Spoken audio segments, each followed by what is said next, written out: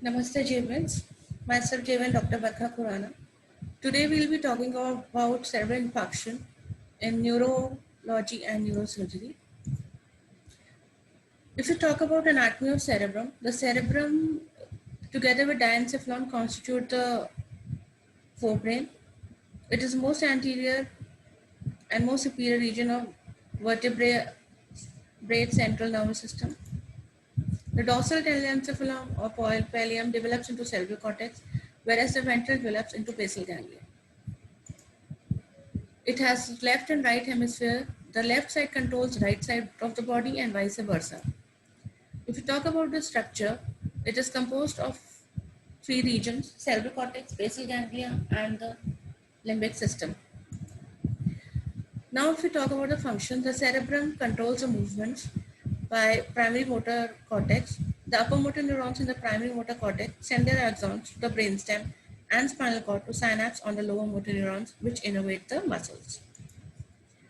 The primary sensory areas of cerebral cortex receive and process visual, auditory, somatosensory, gustatory, and olfactory informations.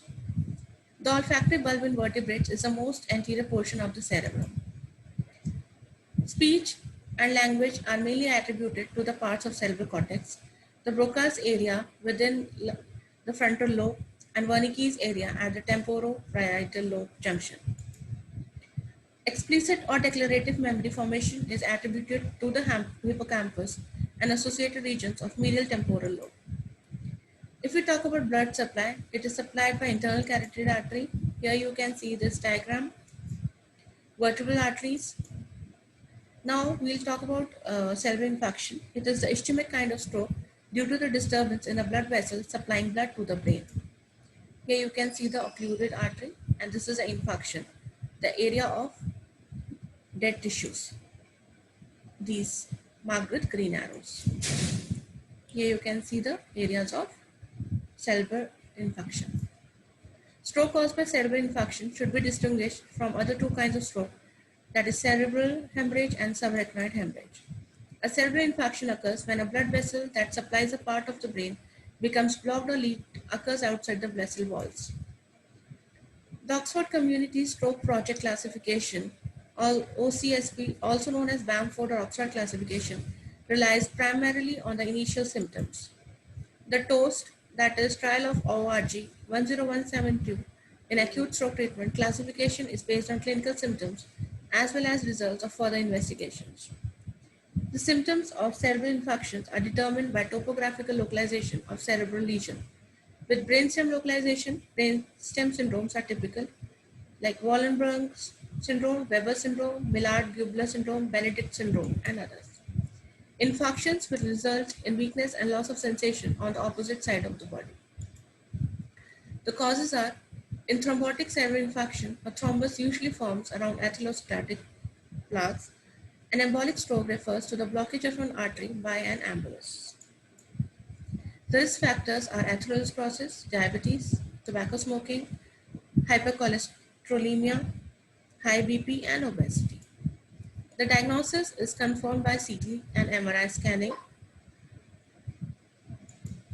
Here you can see the diagram of CT scan. If cerebral infarction is caused by thrombus, occluding blood flow to an artery supplying the brain, definite therapy is aimed at removing the blockage by breaking the clot, that is thrombolysis, or by removing it mechanically, known as thrombectomy. Here you can see the person. In increasing numbers of primary stroke centers, pharmacological thrombolysis with the drug tissue plasminogen activator is used to dissolve the clot and unblock the artery. Another intervention for acute cerebral ischemia is removal of the offending thrombus directly. This is accompanied by inserting a catheter into the femoral artery, directing it into the cerebral circulation. Then angioplasty and stenting have begun to be looked at the possible viable options of the treatment. Carotid endarterectomy, that is surgical removal of the stenosis, may decrease the risk of recurrence. Carotid endarterectomy is also indicated to decrease the risk of cerebral infarction for symptomatic carotid stenosis. In tissue losses that are not immediately fatal, The best course of action is to make every effort to restore impairments through physical therapy, speech therapy, and exercise. Now we'll talk about physiotherapy treatment for stroke. The goals are to improve balance and walking, increase ability to roll, move in bed, sit and stand, reduce muscle spasm, and increase the strength of the muscles. Next is to retain normal patterns of movement, increase independence and quality of life. During the initial assessment, we will decide the short and long-term rehabilitation goals. Physiotherapy assists in movement and function. So this is all in this session. I hope you understood this session well. And if you have any doubts, you can post a comment. This session is powered by Digital 2.0 version of Jyoti Vidyapeeth Women University. Thank you.